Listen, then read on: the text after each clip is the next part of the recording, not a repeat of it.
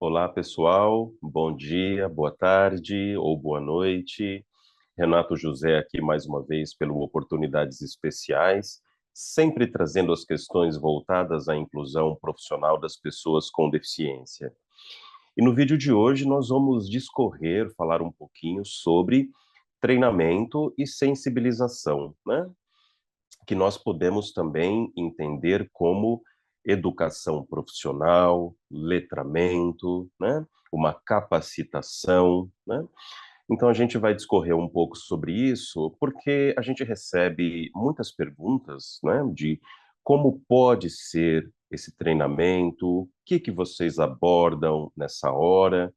Então é muito importante que a gente esclareça e traga aqui algumas informações que são muito importantes, que nós não podemos deixar de abordar, deixar de trazer hoje em dia, né? Porém, sempre de uma forma bastante objetiva, bastante direta e muito bem direcionada para cada público. Então, quando a gente fala hoje sobre um treinamento voltado à inclusão profissional das pessoas com deficiência, a gente, embora tenha alguns alicerces, nós não podemos, né, na minha opinião, falar da mesma forma e sempre do mesmo jeito para todas as empresas, porque cada empresa tem o seu momento, cada empresa tem os seus desafios. A experiência nos mostra que tantas empresas que nós atendemos, algumas estão ali dando os primeiros passos, realizando as primeiras contratações nesse processo da inclusão das pessoas com deficiência. Outras empresas já têm setores de diversidade e inclusão muito bem estruturados, né, há muitos anos, já tem grupos de afinidades, então estão trabalhando essa inclusão das pessoas com deficiência em outro momento, com outras questões, né? E hoje nós temos que estar preparados para atender cada uma dessas empresas dentro daquilo que elas precisam naquele momento. Porque esse tema, ele é um tema muito orgânico, muito dinâmico. Ora, a gente tem uma necessidade que é mais voltada para os profissionais das áreas de RH, áreas dos setores de gente, como a gente diz também muito hoje em dia.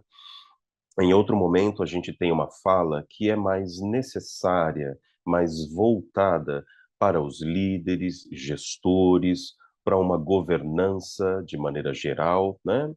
E tem outros momentos que a gente tem uma necessidade que é de simplesmente abordar esse tema para a maioria dos colaboradores de um modo geral, porque as empresas também trabalham essa cultura inclusiva, para que as pessoas entendam que a inclusão das pessoas com deficiência não deve ser, não pode ser um tema que é direcionado apenas para este ou aquele público.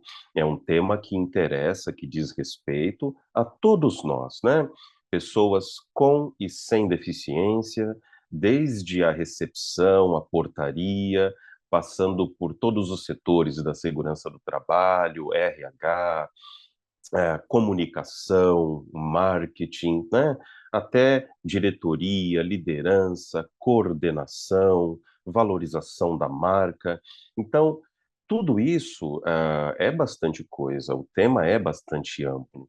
E ainda bem que é assim, que hoje, em 2023, a gente tem condições de fazer vários desdobramentos para abordar essa questão, esse tema, com as urgências ou as necessidades, né, que cada empresa precisa. E a gente está muito bem preparado para isso. Então, quando a gente fala com profissionais das áreas de RH, por exemplo, a gente aborda questões voltadas ao momento da entrevista, né? É um tema que é bastante recorrente, como entrevistar pessoas com diferentes tipos de deficiência, porque nós temos diferentes tipos de deficiência e diferentes graus de deficiência, mas nós também não podemos esquecer de que nós estamos falando de pessoas, falando de gente, né? Então as pessoas são diversas, as pessoas são plurais. Então, ainda que eu tenha duas, três pessoas com a mesma deficiência, com o mesmo grau de deficiência. Eu tenho pessoas diferentes, com carreiras diferentes, momentos diferentes, né? E personalidades, perfis diferentes. Então, esse processo sempre vai ser uma via de mão dupla. Então, essa educação profissional é uma educação muito voltada, sim, para a empresa, mas também muito voltada, em vários momentos, para as próprias pessoas com deficiência, né? Porque o processo, como eu disse, é um processo sempre de mão dupla, né? Uma via de mão dupla. Então, em outros momentos, a gente também vai abordar essas questões com uma fala mais adequada, por exemplo, para a liderança, né, para a governança. Então, a gente aborda essa inclusão profissional dentro de um pano de fundo totalmente ESG, né, que tem a ver com as questões da valorização da marca, compliance, todo esse envolvimento, né, e uma linguagem que é diretamente mais voltada para a liderança. Porque nós já sabemos, por A mais B, né, que as empresas, inevitavelmente, quando têm setores de diversidade e inclusão e trabalham essas questões, né, não só no pilar da pessoa com deficiência, mas os outros pilares também, inevitavelmente essa empresa ela melhora o seu ambiente, ela torna os seus produtos e serviços muito mais interessantes, né, para todo mundo, né? Não só para um ou outro grupo. E a gente também tem momentos que a gente aborda esse tema do próprio ponto de vista, da perspectiva da pessoa com deficiência, porque eu também sou uma pessoa com deficiência, eu sou uma pessoa cega há quase 30 anos. E passei também por todos os processos de reabilitação, de inclusão profissional, então, quando eu trago, inicialmente, ainda que de uma forma bastante panorâmica, objetiva, né, o meu processo de inclusão, e eu gosto de começar muitas vezes os nossos encontros, né, falando um pouquinho do meu processo de inclusão, eu não faço isso para me colocar como algum tipo de exemplo a ser seguido, ou muito menos que eu esteja ali dando um depoimento de vida, né? Não, eu gosto de fazer isso para que as pessoas criem no seu imaginário, né? Como pode ser um possível processo de inclusão de um futuro candidato, de uma futura candidata, de uma pessoa com deficiência que está começando com a gente na empresa, né? Então, isso também faz parte de um acolhimento com todas as pessoas, né, que estão ali naquele momento, reservando aquela hora, né, do nosso encontro, que muitas vezes, quando ele é voltado para, por exemplo, os setores operacionais ou mesmo os setores de RH, né, a gente tem 90 minutos de encontro, é uma sugestão que a gente dá, porque parte desse encontro a gente também reserva para ouvir as pessoas, para que as pessoas tragam as suas ansiedades, as suas dúvidas, os seus medos, as suas inseguranças em relação a esse tema, né? Então a gente constrói junto.